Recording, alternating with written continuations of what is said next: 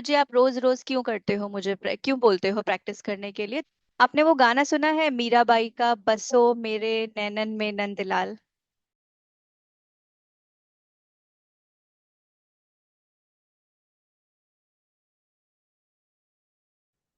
मीराबाई का एक बहुत ही फेमस सॉन्ग है, बसो मेरे नैनन में नंदलाल।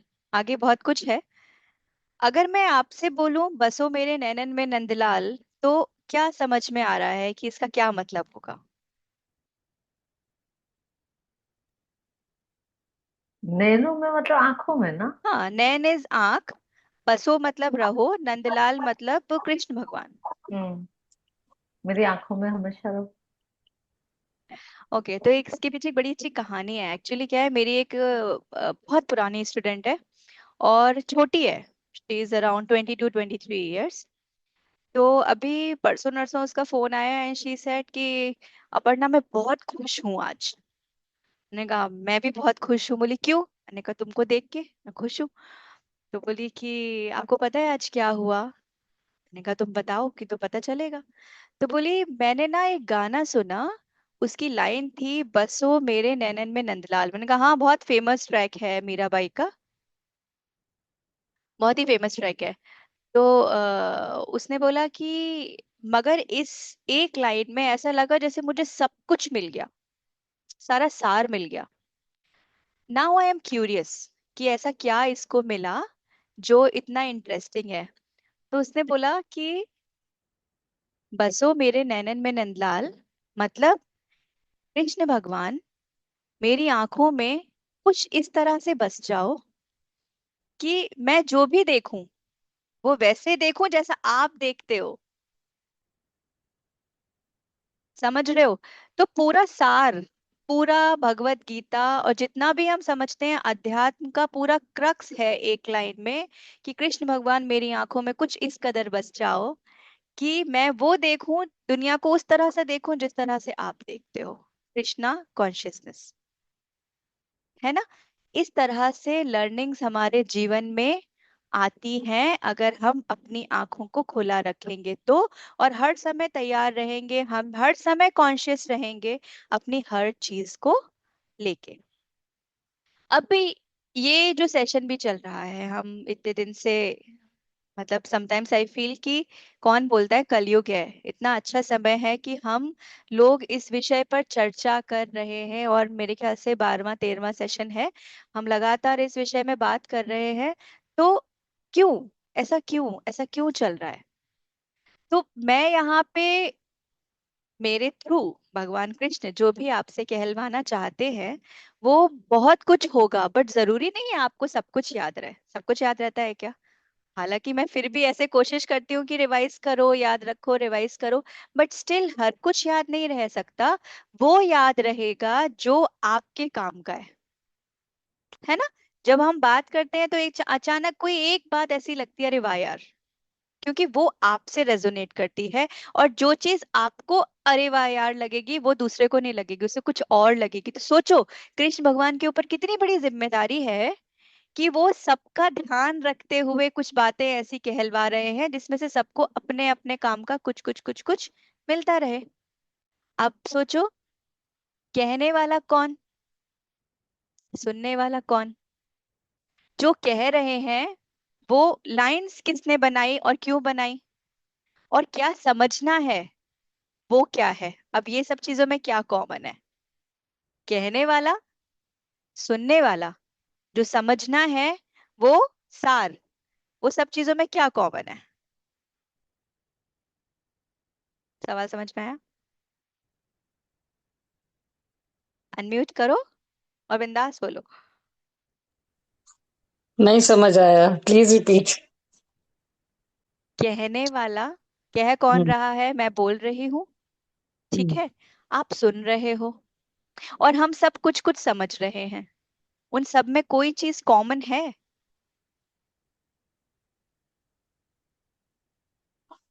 कृष्ण। ये कृष्ण भगवान, हाँ। कृष्ण कृष्ण। कॉमन है। हाँ। कहने वाले भी कृष्ण। मैं हमेशा बोलती हूँ कि वो पीछे से मुझ मेरे थ्रू आपके आपके पास एक बात कहलवा रहे हैं। कहने वाले कृष्ण भगवान, समझने वाले आप सब कृष्ण। आप समझ रहे हो, उन्होंने, उनको पता है किसको क्या समझना है। आप सब कृष्ण, किसको क्या समझना है वो कृष्ण। तो सोचो एक ही है सब कुछ। परसों नरसों की ही बात है, देखो परसों नरसों ये घटी है, मेरे साथ घटना है। मैं कुछ काम छोड़ के नोट्स बना रही थी भगवत गीता के, जो मुझे आपसे बातें करनी थी। हाँ, मैं बैठी थी और बहुत फोकस करके मैं नोट्स बना रही थी। तो मुझसे किसी ने पूछा, इतनी मेहनत कर रही हो, तुम भी मेहनत कर रही हो, वहां लोग भी अपना टाइम डिवोट कर रहे हैं, तुम्हें क्या लगता है कि उनके जीवन में कोई भी डिफरेंस आया है, कोई रूपांतरण हुआ है? I was like speechless. बताओ मैं क्यों स्पीचलेस थी?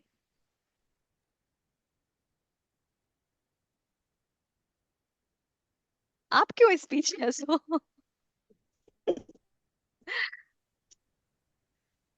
सोचो, मैं उस पल स्पीचलेस थी कि पता नहीं इन लोगों के जीवन में कोई रूपांतरण हुआ है, क्योंकि मुझे कैसे पता होगा, ये तो आप ही को पता होगा कि इतने दिनों में कुछ बदला है कि नहीं बदला है, क्या हुआ है, कुछ बदला है कि नहीं बदला है।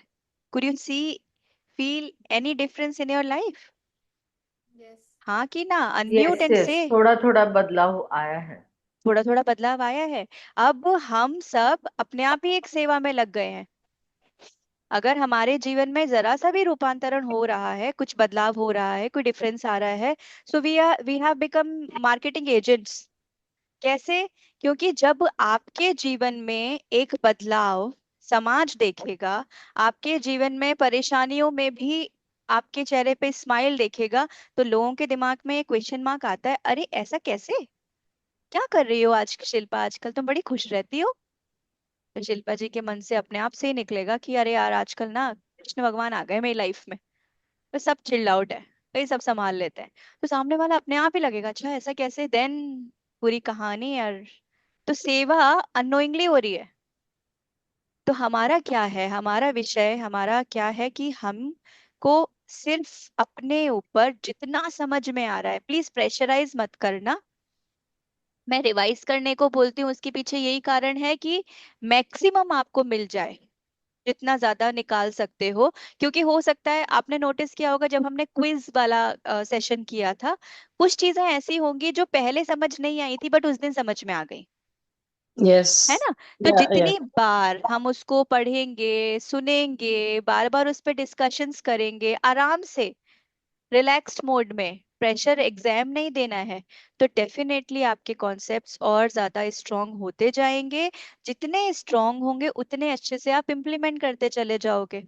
तो एक व्यक्ति, एक बच्चा, एक नॉट बच्चा, एक शिष्य अपने गुरु से पूछता है, गुरु जी क्या है, आप रोज प्रैक्टिस करने को क्यों बोलते हो, मुझको क्यों करना है रोज प्रैक्टिस? तो एक आध दिन छूट गया तो क्या फर्क पड़ता है? आप लोगों के मन में ऐसा सवाल आता है? नहीं आता? नहीं नहीं। हम्म। तो ये बड़ा कॉमन सवाल है कि अपन, अगर, I want to share some very strange thing I came across day before yesterday. हम्म, मेरी एक फ्रेंड है, उसको अभी कैंसर डायग्नोज हुआ है, तो she was in consultation with two doctors. मतलब एक को मिल चुकी थी और एक को मिलने जा रही थी, ओके। और वो बहुत डिलेमा में थी कि वो किस डॉक्टर से फाइनली ट्रीटमेंट ले। तो वो मेरे से पूछ रही थी कि लाइक यू सजेस्ट कि मेरे को किसको चूज करना चाहिए। तो हम्म मैंने पता नहीं उसको बोला, मैंने बोला देख, जब तू मिलेगी ना दूसरे डॉक्टर से तो तेरे को इंट्यूशनली समझ आ जाएगा हम्म कि किसको चूज करना है। Hmm and she is not a god believer at all. Hmm hmm so she said, मैंने बोला तू, मेरे को पता है तू भगवान को नहीं मानती है, बट चल I will get the intuition when you will meet the doctor, let me know उन्होंने क्या कहा। हम्म और मैं सो रही थी उस समय जब वो डॉक्टर के पास गई है, मतलब हम्म इवनिंग टाइम उसका अपॉइंटमेंट था। हम्म बट उसका जैसे मैं उठी हूँ, उसने मुझे मैसेज करा कि hmm you were right, I could immediately decide that hmm she will be the one for me, जिससे वो सेकंड मिलने गई थी। हम्म हम्म, मतलब because I prayed to Krishna ji कि प्लीज हेल्प हर या decide, because she doesn't pray and all that, but या help her decide. So hmm, that thing happened, and I thank God, I कि आपने चलो उसके intuition में उसको कर दिया, कर दिया, करेक्ट। गाइड गाइड या कर दिया। हाँ, या मतलब हम दूसरे के लिए भी प्रे कर रहे हैं तो वो दिखा उसका रिजल्ट। बिल्कुल, हमेशा वो तो तैयार बैठे हैं, कब कहाँ हाँ, कौन मुझसे मदद मांगेगा, मगर वो बिल्कुल करेंगे तभी जब हम मांगेंगे, अब चाहे वो मांगेंगे। खुद के लिए हो चाहे किसी और के लिए हो। और कृष्ण भगवान को तो एग्जैक्टली। वो लोग सर्व प्रिय हैं जो दूसरों के लिए सोचते हैं। हाँ पता नहीं, बहुत परसों की ही बात है, तो मेरे को ये लगा ना, उठते ही आई थैंक देम कि हाँ, चलो आप उसके इंट्यूशन में जाके उसकी ब्यूटीफुल, क्लैरिटी दे दी उसको आपने। करेक्ट करेक्ट, ब्यूटीफुल या ब्यूटीफुल, वेरी नाइस। चलो बाहर तो आने का क्या, कल तन्नू का फोन आ रहा है। तो ये सब हम आप ही से सीख रहे हैं, मतलब I think these are the changes जो आ रहे हैं। ये मुझे एलिमिनेट कर दो, आई डोंट कृष्ण नो को बट रखो, देन, हाँ हाँ, तो या ज्यादा मजा आएगा, और आपको उनसे बात और तो ज्यादा, सही है। देखो भक्ति रस कब पैदा मतलब होगा। विश्वास बढ़ता जा रहा है ना आपसे बात करके। हाँ हाँ, तो भक्ति रस कब पैदा होगा, जब हम हर एक गतिविधि में कृष्ण को ही मानेंगे, हम्म तब जाकर वो भक्ति अपने आप ही डेवलप होने लगेगी। बसो मेरे नैनन में नंदलाल एक लाइन छोटी है, मगर इसका सार ऐसे समझ में नहीं आ सकता। इसका सार हम्म। तभी समझ में आएगा जब वो समय आएगा। तो आज तो आपने सिर्फ line soon Lee, hmm. But मैं उस दिन का इंतजार करूंगी जिस दिन आप ये लाइन महसूस करोगे, है ना। हम सब साथ में ही चल रहे हैं, कभी ना कभी पता चल जाएगा। पर ये सब चालू करने में निमित्त तो आप ही है ना। हाँ, आप ही की वजह से शुरू है, फिर थैंक्स तो टू आपको कृष्णा। मिलना ही चाहिए। थैंक्स टू या कृष्णा। यस। ओके, तो एक बार क्या हुआ, एक शिष्य अपने गुरु के पास जाकर बोलता है कि गुरु जी, आप रोज रोज मुझे प्रैक्टिस करने को क्यों बोलते हो, ये चीज मेरे सामने भी बहुत बार आती है। जब मैं अपने स्टूडेंट्स को सिर्फ एक नियम बताती हूँ कि देखो, सिखा तो देती हूँ बट प्रैक्टिस रोज करना है। तो वो 10 दिन बाद फोन करके पूछोगे तो बोलेंगे, हाँ मैं कर रही हूँ रेगुलरली, मगर पिछले हफ्ते रह गया था, फिर वहां शादी आ गई थी तो इस कारण से रह गया था, फिर हेलोवीन पार्टी थी तो इस कारण से रह गया था। तो they always have some excuses, okay. तो इसने पूछा कि गुरुजी, आप रोज रोज क्यों करते हो, मुझे क्यों बोलते हो प्रैक्टिस करने के लिए। तो गुरुजी ने बोला कि इसका जवाब ना तुम्हें खुद मिलेगा। चलो एक काम करो, कि वो सामने एक टोकरी रख रही है, बांस की टोकरी थी, वो जो बांस की बनी हुई होती है ना, बांस की टोकरी थी, वो टोकरी उठाओ और जाकर उसमें पानी भर कर लाओ पीछे नदी में से। तो उस शिष्य ने टोकरी देखी, अब वो बांस की टोकरी कैसे होती है, उसमें छेद होते हैं ना। उसने देखा, बट उसने कहा अब गुरुजी बोल रहे हैं तो कुछ होगा, शायद पानी भर जाएगा, कुछ चमत्कार हो जाएगा, और वो गया टोकरी भरने के लिए। वहां से लौटा तो बोला, गुरुजी इसमें तो पानी रुका ही नहीं, इसमें तो छेद है, कैसे रुकेगा पानी। तो बोले कोई बात नहीं, अब तुम ना मुझसे पूछना मत कि ये क्यों बोला, मैंने कैसे बोला। अब तुम आगे आने वाले 30 दिन, मैं तुमसे 10 साल नहीं बोल रहा, 2 साल नहीं बोल रहा, सिर्फ 30 दिन तक ये नियम से तुम वहां से बास्केट भर के लेकर आना बस मेरे पास। तो बिना गुरु की आज्ञा उसने पूरी तरीके से फॉलो की और उसने ये करना शुरू किया। वो रोज जाता, पानी भरता, पानी निकल जाता, वो रोज जाता, पानी भरता, पानी निकल जाता। बट पता है कुछ दिन के बाद क्या होने लगा, कि थोड़ा थोड़ा पानी ठहरने लगा, थोड़ा थोड़ा पानी ठहरने लगा, और अंत होते होते काफी पानी था, और उसने लाकर 30वें दिन गुरुजी को दिया कि गुरुजी देखिए, इसमें आज पानी है। गुरुजी बहुत खुश थे। उन्होंने कहा कैसा लगा तुम्हें, बोले नहीं अच्छा लगा मुझे, आज मैं इसमें पानी लेकर आ पाया। तो गुरुजी बोले, तुमने कुछ समझा, कुछ समझ में आया। तो वो बोलता है कि हाँ गुरुजी, मुझे समझ में आ गया, और मुझे ये भी समझ में आ गया आप क्या कहना चाहते थे।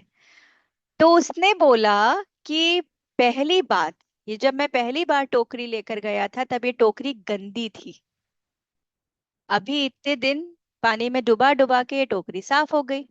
मतलब कि जब हम ये ध्यान का प्रैक्टिस रोजाना करते हैं, भले वो 1 मिनट हो, तो धीरे धीरे धीरे धीरे क्लैरिटी आती है, क्लीनलीनेस होती है, अपने विचारों की, अपने भावों की, वो धीरे धीरे करके मलिनता, खराब जो चीजें होती हैं वो जाती हैं और वो साफ होने लगते हैं। दूसरा, जब ये बास्केट में लेकर गया था तब ये बहुत कठोर थी, बांस की बास्केट बहुत कठोर होती है, अभी ये सॉफ्ट हो गई, सॉफ्ट हो गई वो। तो मतलब जब हम ये प्रैक्टिस रोजाना करते हैं तो धीरे धीरे हम भी कोमल होने लगते हैं। हम्म। फिर तीसरी चीज थी, उसमें छिद्र थे। अब वो छिद्र पता है किस चीज के थे, वो थे दोष के छिद्र, हमारी बुराइयों के छिद्र, जिसके कारण चाहे कितनी भगवत गीता सिखा लो, चाहे कितना भी ज्ञान डालो, वो छिद्रों में से बाहर निकल जाता है। मगर जब ज्ञान के साथ साथ ध्यान साथ साथ में चलेगा, तो धीरे धीरे करके वो बांस के छिद्र पानी के कारण फूल गए थे, और फूल के छेद बंद हो गए क्योंकि बांस फूल गया, पानी ठहर गया। अब उसमें गुरु जो डालेगा वो पानी रुक जाएगा। इसलिए ध्यान का बहुत ज्यादा योगदान है। ठीक है, तो ये मैं इसलिए बता रही हूँ क्योंकि आगे आने वाले दिनों में मैं बोलूंगी रोज प्रैक्टिस की, तो जवाब में क्या होना चाहिए, हाँ की। भले 1 मिनट की, 1 मिनट चलेगा, मगर रोज होना चाहिए, ये पहला नियम है। फिर आज के जो हमारा ध्यान योग चालू हो गया है, इसमें कृष्ण भगवान ने जो आज बातें बताई हैं वो बड़ी काम की है। एक्चुअली मैं जब इसको समझ रही थी तो मैं सोच रही थी ना कि वेद व्यास जी ने बहुत डिटेलिंग की है। ऐसा नहीं है कि सिर्फ लिख दिया है, बहुत डिटेलिंग की है। और ये सोच सोच के की है कि कब किसके जीवन में क्या परिस्थिति आएगी, तब जाकर उससे ये बात कही जाएगी। तो आज का जब आप सेशन पूरा समझ लोगे तो आपको लगेगा हाँ अभी this is the right time. तो कृष्ण भगवान ने आज बताया है योगी कौन होता है और सन्यासी कौन होता है। ठीक है, तो कृष्ण भगवान बोलते हैं योगी वो है जो, सॉरी, सन्यासी वो है जो ईश्वर की आंतरिक अनुभूति को महत्व देता है ध्यान के मार्ग पे। मतलब ध्यान में बैठ के जब वो ईश्वर से जो आंतरिक अनुभूति होती है, अनुभूति मतलब एक्सपीरियंस होता है ना, eternal experience, eternal Joy, eternal bliss bliss, उसको इम्पोर्टेंस देता है, वो है सन्यासी। दूसरा, जो दैनिक कार्यों में मतलब अपने डेली चोर्स में ईश्वर से जो उसको अनुभूति हुई ध्यान में, वो अनुभूति, वो एक्सपीरियंस इम्प्लीमेंट करता है अपने रूटीन में। मतलब कि वो ईश्वर को काम में भी छोड़ता नहीं है, उन्हें याद रखता है। तो जैसे मैंने बोला, बोलने वाला कौन, सुनने वाला कौन, समझाने वाला कौन, हर पल में, हर चीज में, हर चीज में वो ही है, उनका होना, उनकी प्रेजेंस और उनकी एक्सपीरियंसेस को जो हमेशा हर एक काम में याद रखता है, वो सन्यासी है। तीसरा, समस्त कार्य जो भी काम करता है ईश्वर के चिंतन में करता है, उसके दिमाग में नेगेटिव थॉट्स होते ही नहीं है। अरे यहाँ कुछ भी कोइंसिडेंटली नहीं हो रहा, ये सब कुछ स्ट्रक्चर्ड है, ये सब कुछ प्लान्ड है। तो जब तुमको ये चीज पता है ज्ञान के माध्यम से, सिर्फ किताबों में पढ़ा है, तो एक पल के लिए उसको जरा एक पल के लिए रुककर सोच के देखो कि जो भी कार्य हो रहे हैं वो चिंतन में कोई नेगेटिव थॉट्स है ही नहीं, बस ईश्वर ईश्वर ईश्वर का ही नाम है। ठीक है, तो ये हुई 3 क्वालिटीज एक सन्यासी की। फिर उन्होंने बताया है योगी के बारे में, जो ध्यान में ईश्वर की खोज ही मुख्य रूप से केंद्रित करता है। मतलब उसका जो फोकस होता है वो ईश्वर पे होता है। देखो, ध्यान में एक योगी के लिए ईश्वर का होना बहुत जरूरी है। आप ध्यान एक सर्टेन लेवल के बाद ना ईश्वर की आज्ञा से ही आगे बढ़ता है, उसके बाद वो बढ़ेगा ही नहीं। तो जो व्यक्ति ध्यान में ईश्वर को केंद्रित करके, हम करते हैं ना, विजुलाइज करो यहाँ पे, ईश्वर को केंद्रित करके उसी की खोज में पूरी तरीके से लगा रहता है, वो है योगी। मगर पता है ईश्वर को कौन पसंद है, कौन पसंद है, योगी कि सन्यासी? अरे बोलो। सन्यासी। योगी।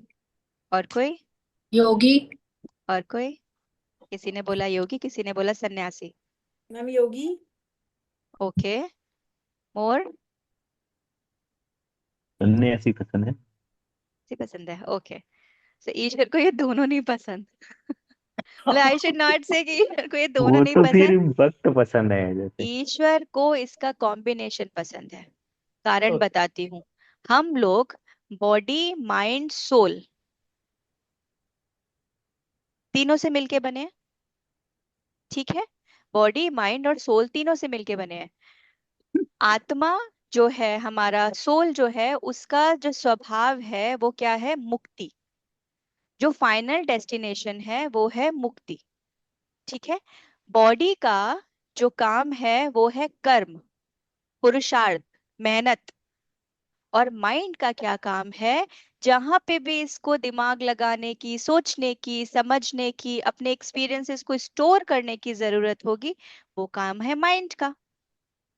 तो इन तीनों को बैलेंस करके जो चलता है वो ईश्वर को पसंद है। मतलब जो अपने सारे काम, कर्म, पुरुषार्थ ईश्वर को याद रखकर उनको केंद्रित करके करता है, वो ईश्वर को पसंद है। अब एक बड़ा अच्छा उदाहरण देती हूँ कि हम सब लाइफ में कुछ ना कुछ तो कर रहे हैं। कुछ लोग ऑफिस में जॉब करते होंगे, कुछ लोग घर का जॉब करते होंगे। जब किसी भी जॉब में जाते हो, जब कोई जॉब लगती है हमारी, तो हमारा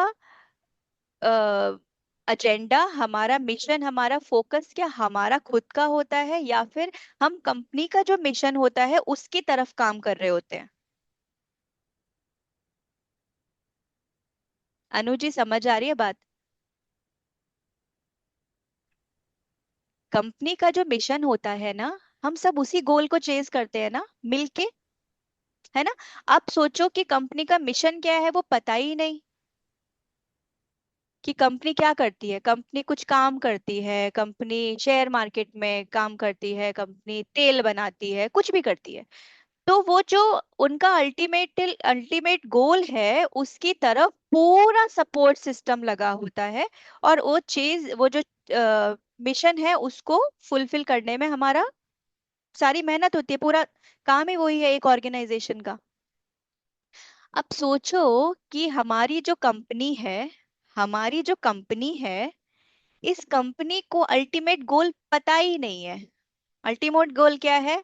मुक्ति। ठीक है, पता ही नहीं है। तो क्या करेगी बॉडी, क्या करेगा माइंड? पहले गोल पता होना जरूरी है। तो गोल इज मुक्ति, दूसरा कोई गोल ही नहीं है। ठीक है, तो हम जितनी ही आत्माएं यहाँ पे हैं, जितने भी सोल यहाँ पे हैं, हम सबका गोल इज मुक्ति। अब शरीर क्या करता है? शरीर क्या करता है? शरीर पुरुषार्थ करता है, शरीर मेहनत करता है। और मन क्या करता है? मन उनका सिस्टम बनाता है, स्टोरेज करता है, उसका सपोर्ट सिस्टम, उसमें क्या करना चाहिए। अभी इसमें से एक भी चीज को अगर एलिमिनेट कर दिया ना, तो ये मुक्ति संभव नहीं है। अब कृष्ण भगवान को आ, एक तो स्वार्थी व्यक्ति, पुरुषार्थ भी दो तरीके से होता है। एक पुरुषार्थ होता है स्वार्थ का पुरुषार्थ, एक होता है सेवा का पुरुषार्थ। ठीक है, स्वार्थी पुरुषार्थ में क्या है कि जब हम पूरा जीवन अपनी व्यक्तिगत स्वार्थ को जुटाने में ही लगा के रखते हैं, मेरा कैसे भला हो, मुझे क्या मिल जाए, मेरे बच्चों का क्या होगा, मेरी फ्यूचर सिक्योरिटीज क्या है, पूरा जीवन उसी में निकल जाए, ये ईश्वर को बिल्कुल नहीं पसंद। और उसके साथ ऐसे लोग, जब मतलब मैंने ये again I could relate with this कि लोग ऐसे भी हैं जो पुनर्जन्म में भी इन्वॉल्व हैं, कि बताओ मेरे साथ इतना खराब हो रहा है, पता नहीं मेरा उससे पुराने जीवन में क्या कर्मा था, क्यों हो रहा है मेरे साथ, अभी उसमें जाकर कुरेदने की क्या जरूरत है? जब तुम्हारे सामने बैठ के पूरा हिसाब किताब बना दिया, तुम्हें टू डू लिस्ट दे दी कि भैया देखो, पढ़ाई लिखाई करो, ज्ञान प्राप्त करो, फिर उसको इम्प्लीमेंट करो, उसको फॉलो करो, और धीरे धीरे करके इस रास्ते पे आगे बढ़ो। सिंपल सा है। आपका सांख्य योग, आपका कर्म योग, फिर आपका भक्ति योग, फिर आगे जो भी योग है, जो भी आएगा, वो सब सिंपल सा टू डू लिस्ट बनी हुई है ना। फिर उसके KRAs डिफाइंड है हमारे। फिर उसके बाद हम पुनर्जन्म में जाना चाहते हैं कि मेरे साथ ऐसा क्यों हुआ, क्या प्रॉब्लम था। है ना ऐसे लोग जो पास्ट लाइफ पे बिलीव करते हैं और जाते हैं। तो वो ऐसे लोगों के जीवन में कष्ट रहता है, चाहे वो पुनर्जन्म में जाने वाले हो, या फिर जो अपने स्वार्थ के लिए ही बात करते हैं, वो ईश्वर को भूल गए हैं। ये भूल गए हैं कि जो हो रहा है वो ईश्वर की मर्जी से हो रहा है, जो मैं कर रही हूँ वो ईश्वर की मर्जी से हो रहा है, जो अल्टीमेट गोल है वो कहीं ना कहीं मुक्ति की तरफ ही है, ये भूल गए। वो अपने स्वार्थ में लग गए और पुनर्जन्म के साइकिल में फंस गए। उनके जीवन में कष्ट आना निश्चित है। और दूसरी बात कि वो अपने छोटी सी दिनचर्या में, छोटे से परिवार में भी वो दुखी रहेंगे। जो भक्त होते हैं, इसके दूसरे वाले जो हैं वो भक्त है। भक्त क्या करता है? अपने संपूर्ण कार्य का उत्तरदायित्व ईश्वर को दे देता है। भैया जैसी तेरी मर्जी, जैसे रखना है वैसे रखो, मैं तैयार हूँ काम करने के लिए। मेरे शरीर को जो काम करना है मैं सब कुछ करना चाहता हूँ, करना चाहती हूँ, सुबह से लेकर रात तक। But give me intuitions. Namita ji ने अभी अच्छा उदाहरण दिया इस चीज का कि इंट्यूशंस आते हैं, इंट्यूशंस हमको पढ़ने पड़ेंगे, और पुरुषार्थ करने की इच्छा। कृष्ण भगवान ने आलस की बहुत बड़ी निंदा करी है। आलस,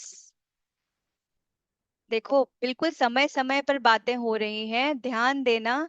ये बातें अभी नहीं आई हैं तो आएंगी। आलस की निंदा करी है मतलब आलसी प्रवृत्ति के व्यक्ति को उन्होंने कंप्लीटली निकृष्ट बोला है, एकदम खत्म, बर्बाद। आलसी प्रवृत्ति बैठे हैं, कृष्ण भगवान आएंगे, बताएंगे क्या काम करो, तब काम करेंगे। अब बताओ वो कैसे आएंगे? कैसे बताएंगे तब तुम काम करोगे? ठीक है।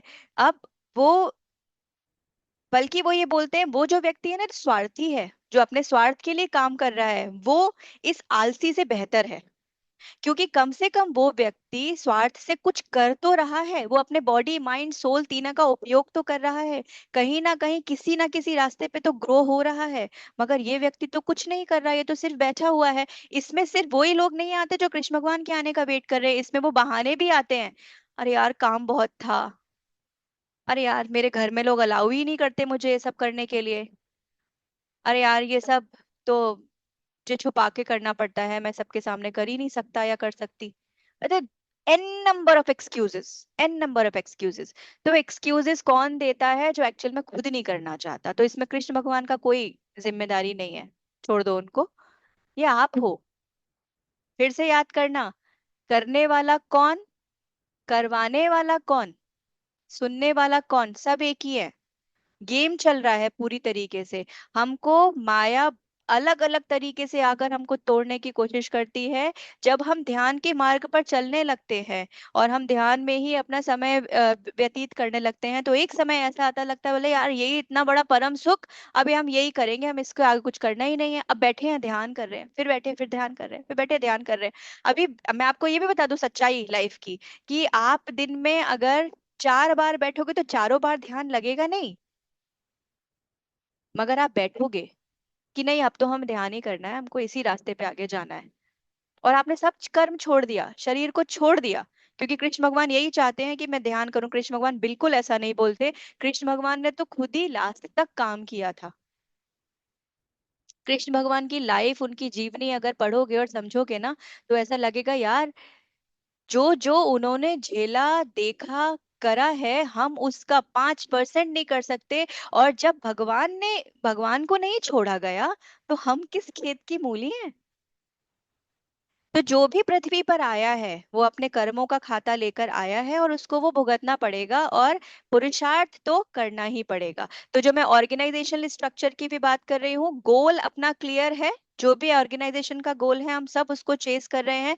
जो बुद्धि है वो क्या काम कर रही है? आपका ध्यान कर रही है, आपको प्रज्ञा दे रही है, आपके एक्सपीरियंसेस को स्टोर कर रही है, जिसके कारण आप ऑर्गेनाइजेशन गोल की तरफ जा सकते हो। और कर्म क्या है? वो पुरुषार्थ है। तो तीनों चीजों का कॉम्बिनेशन जब करोगे तो वो ईश्वर को प्रिय है। ठीक है। तो ये स्थिति कुछ लोगों के जीवन में आ चुकी होगी, कुछ लोगों के जीवन में नहीं आई होगी, आएगी। तो दोनों स्थिति में थोड़ा सा सचेत रहना, जागरूक रहना, कि जब ये स्थिति आए कि काम करने का मन नहीं कर रहा है, सिर्फ यही बैठने का काम मन कर रहा है कि नहीं ध्यान करते हैं, तो प्लीज उठ जाना और दौड़ना कि नहीं मुझे काम करना तो है ही, गाइड करो मुझे क्या काम करना है। यहाँ पे जरूरत है ईश्वर से जुड़े रहने की। ध्यान करो, उनसे गाइडेंस मांगो और बोलो कि क्या करना है और दौड़ो और काम करो। और इसमें स्वार्थ नहीं है, इसमें एक और एंगल है कि स्वार्थ के लिए ये भी बात आती है। हाँ, ये सवाल मुझसे भी किसी ने पूछा है कि अपर्णा, अभी ना ऐसा लगता है कि क्यों कमाने हैं पैसे, काम मतलब पैसा, ऐसा माना जाता है, बट ऐसा this is not a reality. जो होम मेकर्स होते हैं उनको तो कभी पैसा नहीं मिलता, बट काम वो बहुत करते हैं। तो काम मतलब पैसा, ऐसा बिल्कुल नहीं है। मगर लोग ऐसा बोलते हैं, पर ना जब ये सब सुकून मिल गया तो पैसा क्यों कमाना है। अरे स्वार्थ के लिए पैसा नहीं कमाना है, समाज के लिए पैसा कमाओ ना। सेवा करो, बहुत सारी चीजें हैं जो आप कर सकते हो, वो करो। मगर काम शरीर आपका करेगा, समाज को तो बहुत तरीके से जरूरत है। ठीक है, तो कृष्ण भगवान उन लोगों को पसंद करते हैं जो अपने बॉडी माइंड सोल तीनों का उपयोग करते हैं, और जो ऑर्गेनाइजेशनल गोल है मुक्ति, उस रास्ते पर धीरे धीरे धीरे धीरे चलते रहते हैं। फिर कृष्ण भगवान ने बिल्कुल भी ऐसा नहीं बोला कि जंगल में पहाड़ों पे चले जाओ तपस्या करने के लिए। अगर हमको वहीं जाना होता तो वहीं पैदा हुए होते। यहाँ कोई कोइंसिडेंस नहीं है, again everything is very clearly planned.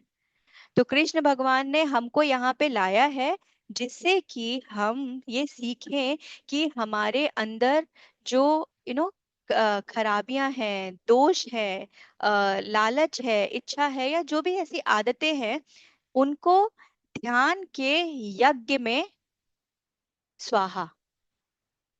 हम आप देखो, यज्ञ का अगर आप पुरानी कहानियां सुनो, पहले, अभी तो इतने नहीं होते, बट पहले यज्ञ बहुत कॉमन हुआ करते थे, अपने स्टोरीज में है। तो यज्ञ का सबसे बड़ा कारण और उसका मतलब यही है कि अपनी इच्छाओं का स्वाहा, व्यक्तिगत इच्छाओं का, व्यक्तिगत मतलब पर्सनल, सिर्फ आपका स्वार्थ जिसमें छुपा हुआ है, हमारा स्वार्थ छुपा हुआ है, का स्वाहा, बुराइयों का स्वाहा। इसलिए यज्ञ हुआ करते थे पहले। अब ईश्वर, देखो फिर से एक अदर खूबसूरत एस्पेक्ट, कुछ व्यक्ति फल की इच्छा के कारण ईश्वर के कार्य करते हैं। भगवान, मैं 300 दिए जलाऊंगी अगर मेरी ये इच्छा पूरी हो गई तो। क्या करेंगे वो 300 दिए का, क्या करेंगे वो तुम्हारे एक नारियल का, उनको नहीं चाहिए। भगवान को ये नहीं पसंद। तो कृष्ण भगवान बोल रहे हैं कि अगर इच्छा के फलस्वरूप, देखो इच्छा उन्होंने पहले ही बोल दिया ना, अपने कर्म योग में ही समझा दिया कि कर्म कर, फल की इच्छा मत कर। तुम भक्ति से मेरी पूजा करोगे तो मैं तो शायद तुम्हारे बसो मेरे नैनन में नंदलाल तुम 4 बार गा दोगे ना तो ही मैं आ जाऊंगा। नमिता जी ने सिर्फ इतना बोला कि भगवान उसकी मदद करो तो ही वो आ गए। उनको नहीं चाहिए कि आप उनको 56 भोग लगाओ और उनके लिए पता नहीं क्या क्या करो। तो भगवान को, अगर आप किसी इच्छा से ईश्वर के कार्य करते हैं, हम इच्छा से ईश्वर के कार्य करते हैं, तो वो उनको नहीं पसंद। उनको क्या पसंद है, जो समस्त कार्य, जो सारे कार्य ईश्वर को समर्पित करके करते हैं।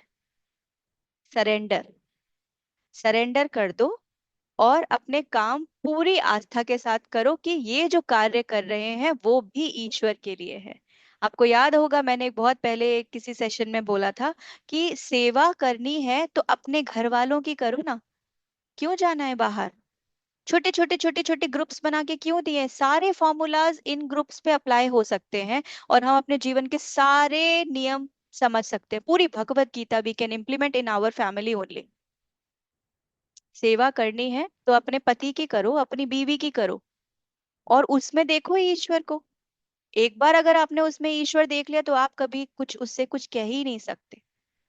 आपको कभी उसकी करी हुई कोई चीज कभी खराब लगेगी ही नहीं, क्योंकि वो तो ईश्वर तो कभी कुछ गलत करते ही नहीं है, है ना। इसलिए प्रैक्टिस इज इम्पोर्टेंट।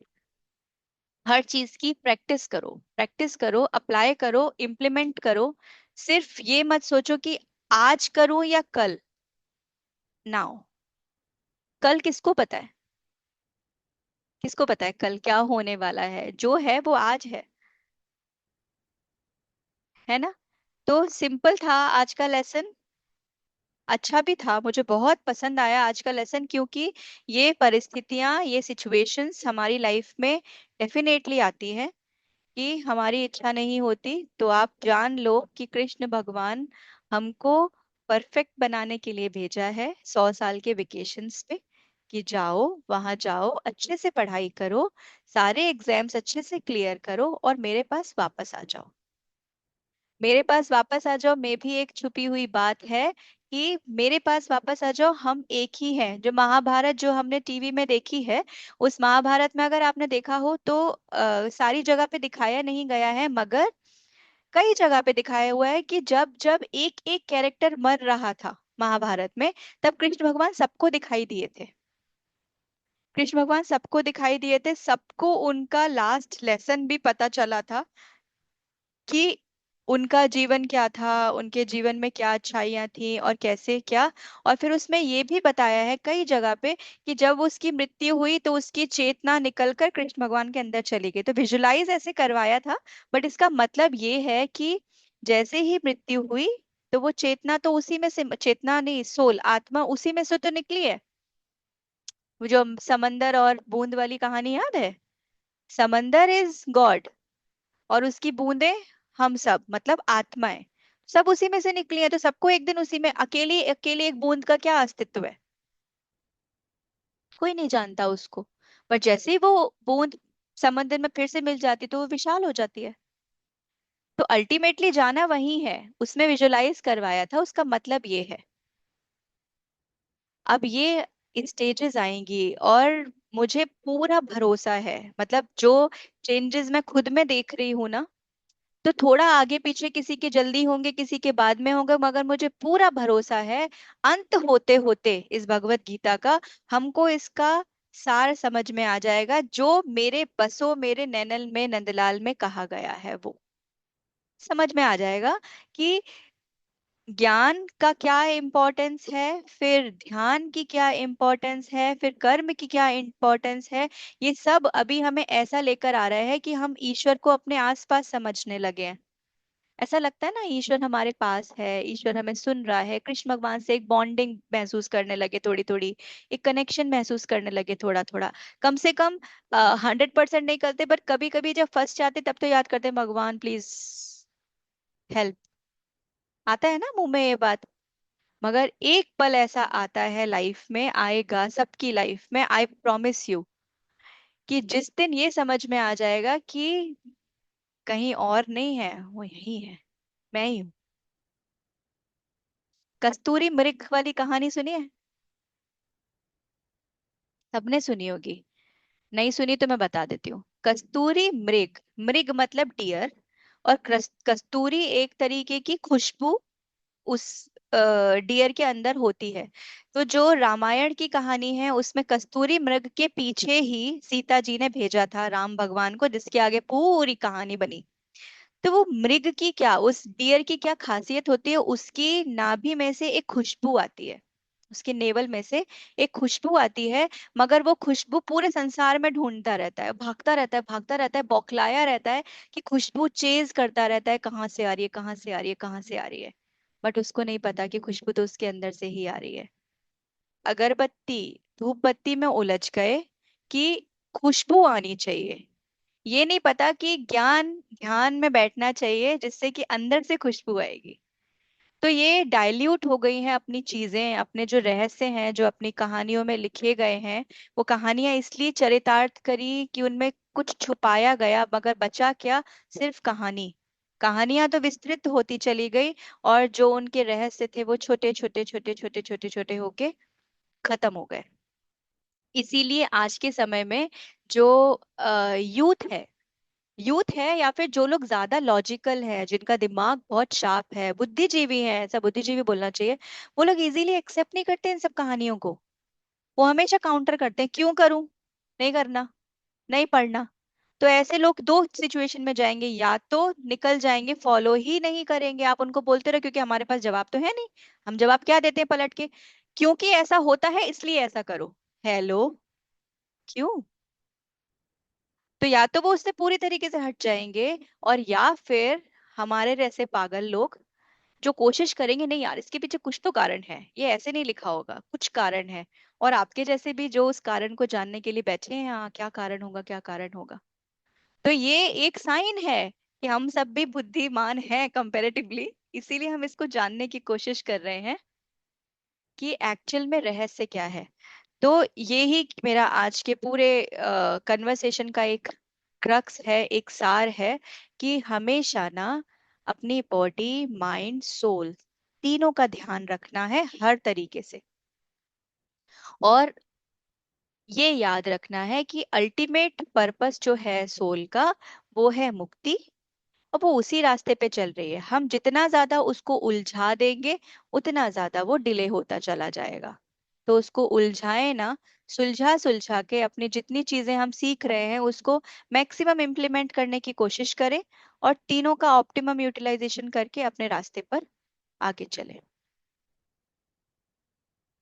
धन्यवाद। Your turn. थैंक यू, बहुत अच्छा। Welcome welcome. अब आप लोगों की बारी है, कुछ समय हमारे पास। कुछ देखो, जितना ज्यादा ना किसी भी टॉपिक पे वी विल डिस्कस, उतना ज्यादा कॉन्सेप्ट क्लियर होगा। तो अगर आपको जरा सा भी लगता है, सो वी कैन, जरूरी नहीं है कि हम सही ही बोले, या जरूरी नहीं है हर चीज का जवाब मुझे आता हो, बट स्टिल हो सकता है आपसे कुछ नई चीज निकल कर आ जाए बाहर। तो ट्राई, कुछ बोलने की कोशिश करो, बोलो।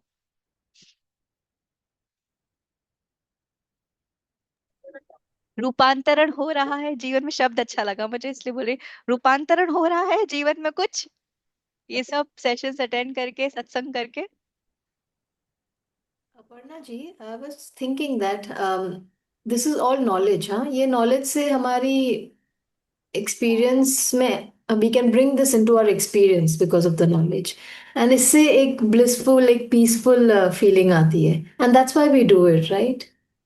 Correct Yeah. Correct. So so people have to experience that blissfulness and that happiness, and then absolutely only they will do it. But for that, you absolutely have to make that effort, right? Absolutely. It's like when you go to the gym, पहले दिन तो नहीं दिखता है ना, कुछ करते रहना पड़ेगा ना। करते रहना पड़ेगा। Yeah. तो ज्ञान, धर्म, कर्म, तीनों Hmm. की जरूरत Yeah. है ना। तो ज्ञान तो मिल ही रहा है, अच्छा लग रहा है, सुनना अच्छा लगता है, मगर वो जब तक इम्प्लीमेंट नहीं करेंगे ना, तब तक ना एक्सपीरियंस होगा, ना वो आगे काम आएगा। काम तभी आएगा जब आप उसको अप्लाई करोगे। And knowledge से suffering भी घटती है। Means, definitely yeah, because you definitely know why it is happening, and you then know there's a reason behind it, and so. Definitely.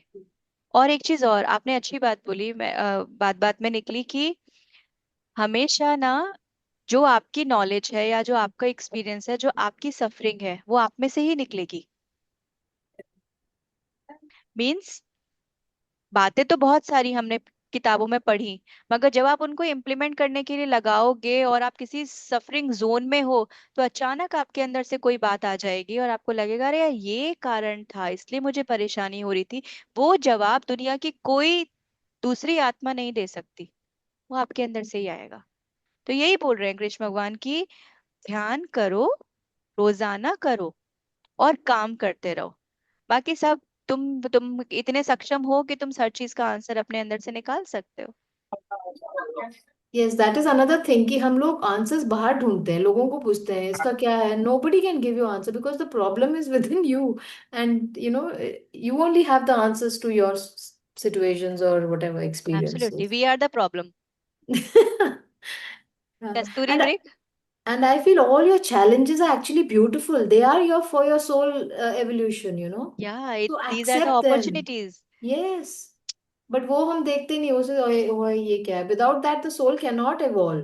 या It is as simple absolutely as that. Absolutely absolutely. Don't get into all this क्यों, why this is happening. Just you have everything structured in front of you. Start implementing as much as you can. I have full trust on every one of all of you that one day you would be able to implement everything. आज एक दो लगाओ, कल सब कुछ हो जाएगा। मैंने अपनी बेटी को एक वो छोटी सी भगवत गीता, इतनी सी भगवत गीता, मेरी मम्मी को याद भी नहीं होगी एक्चुअली, उन्होंने मुझे बहुत पहले दी थी।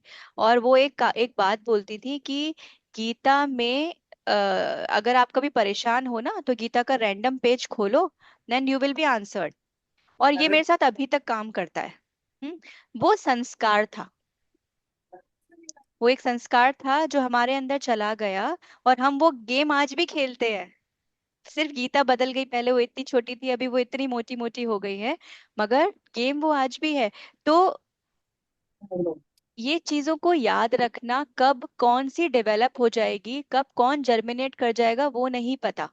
हमारा काम है उसको धीरे धीरे धीरे धीरे करके सुनते रहो, और जितना इम्प्लीमेंट हुए उतना करते चले जाओ। एक दिन आएगा जब अचानक उछक के बाहर आ जाएगा। सो अपने को अपनी बास्केट को साफ करना है।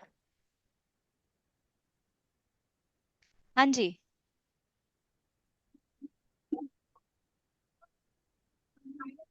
आप लोग भी सुनाओ, मेरे पास बड़ी मम्मी की कहानियां होती हैं। समटाइम्स आई फील्स एक्चुअली जब मम्मी बोलती थी ना तब बड़ी गुस्सा आती थी उस समय, कि अरे यार आपको नहीं पता मम्मा, ऐसा नहीं होता। और अभी मेरे को सारी बातें याद आती है।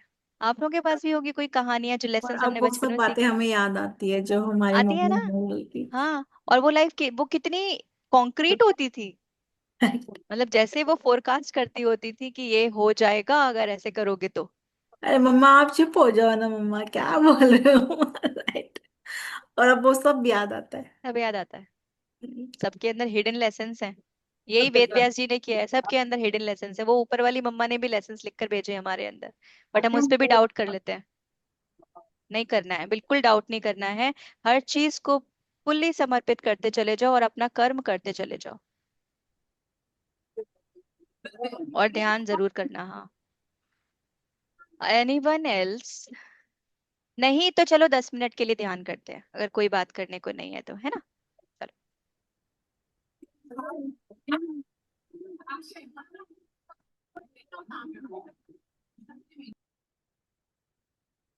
Relax yourself.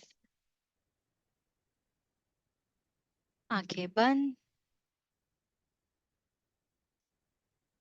कंधे सीधे, छाती बाहर, चेस्ट आउट, स्टमक इन, पेट अंदर।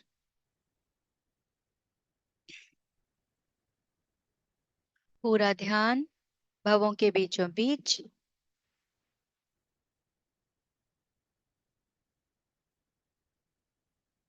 और महसूस करें कृष्णा की उपस्थिति इस पल अपने दोनों भवों के बीचों बीच।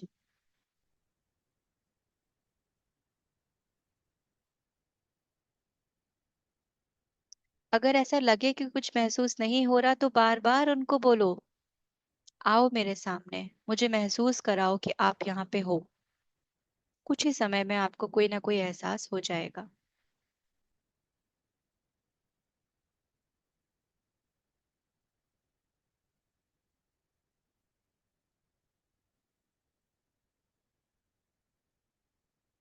अब धीरे से अपना ध्यान अपनी सांसों के ऊपर लेकर जाएंगे। कृष्णा है आपके भवों के बीचों बीच, आपके पास इस पल। ध्यान सांसों से जोड़ेंगे और धीरे धीरे अपने भीतर और भीतर उतरते चले जाएंगे।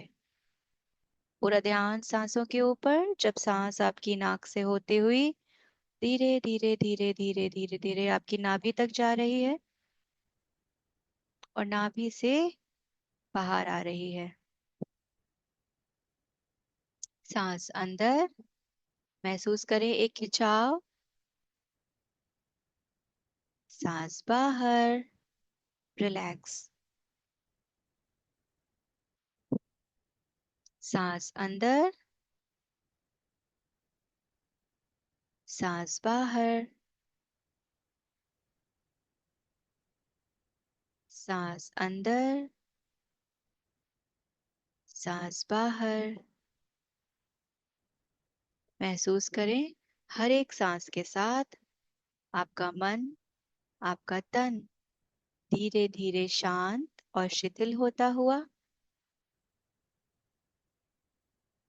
और कृष्णा की उपस्थिति आपके चेहरे पे एक मुस्कान लाती हुई।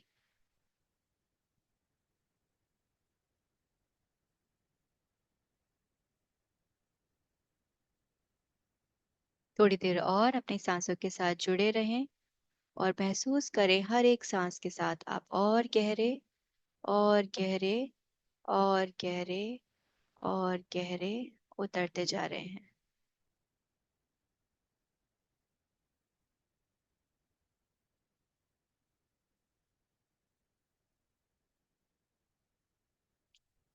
ऐसा लगेगा जैसे कि शरीर के सारे अणु परमाणु, सारे सेल्स, एटम, टिश्यूज बहुत ही रिलैक्सिंग मोड में हैं। एक अलग सा सेंसेशन आप अपनी बॉडी में महसूस कर सकते हैं।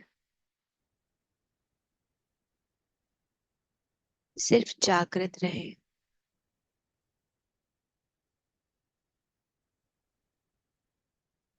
अब आज कृष्णा को बोल दें,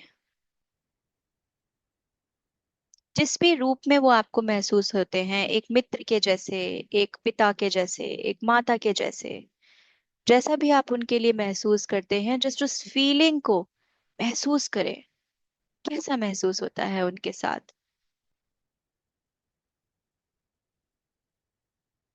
और फिर उनसे कह दें कि आज मैं पूरी तरीके से समर्पण करना चाहती हूँ या चाहता हूँ।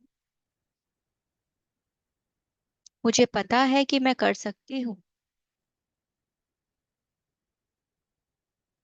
मेरा मार्गदर्शन कीजिए। और महसूस करें जैसे कि आप उनके सामने बैठे हो और आप उनसे ये बात कर रहे हो that I want to surrender. I can surrender. I will surrender. Please help me to surrender. मेरी मदद कीजिए समर्पण करने में। और महसूस कीजिए उनकी शाइनिंग ब्लू आईज, चेहरे पे एक स्माइल, एक अलग सा तेज जो आपकी आंखों के सामने है।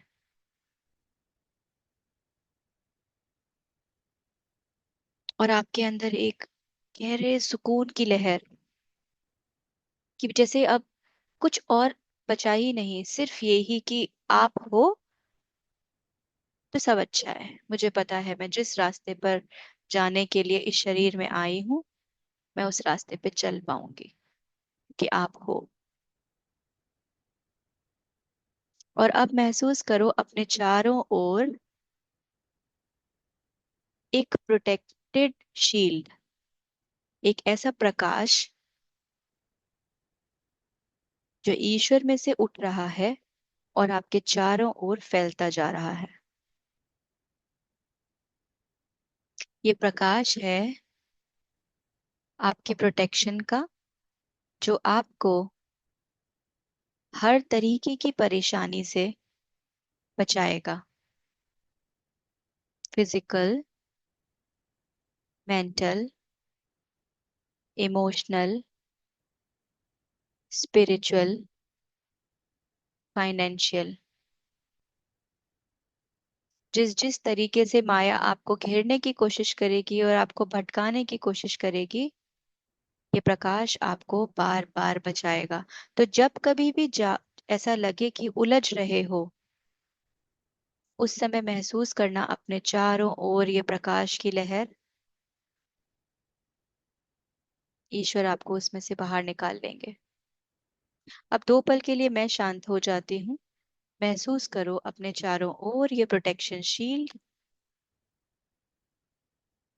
जो आज से हमेशा आपके साथ रहेगी, आपको spiritual, mental, physical, emotional, financial, हर तरीके से प्रोटेक्ट करने के लिए।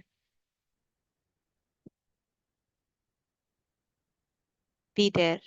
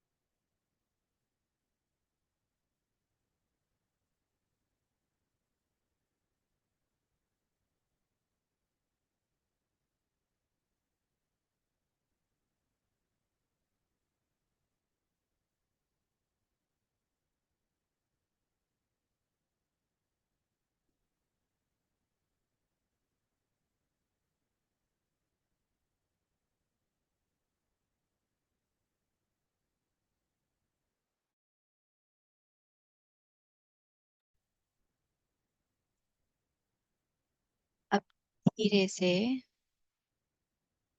बाहर आएंगे।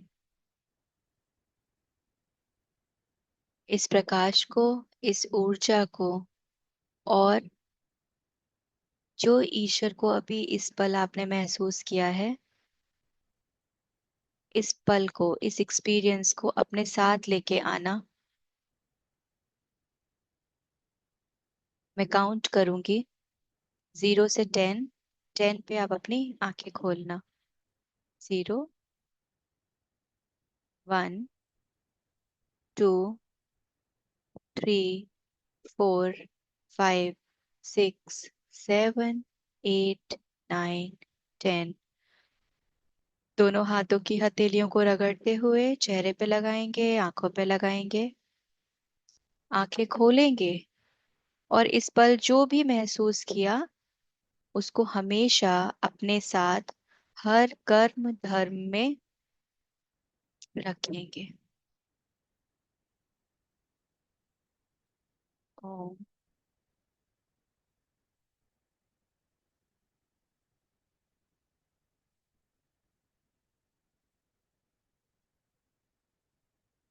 चलिए, अब इस फीलिंग के साथ रहो, हम कोई बात नहीं करेंगे। आज की सभा समाप्त हुई। Thank you so much. ओम। ओम। ओम अपर्णा जी। ओम। ओम ओम।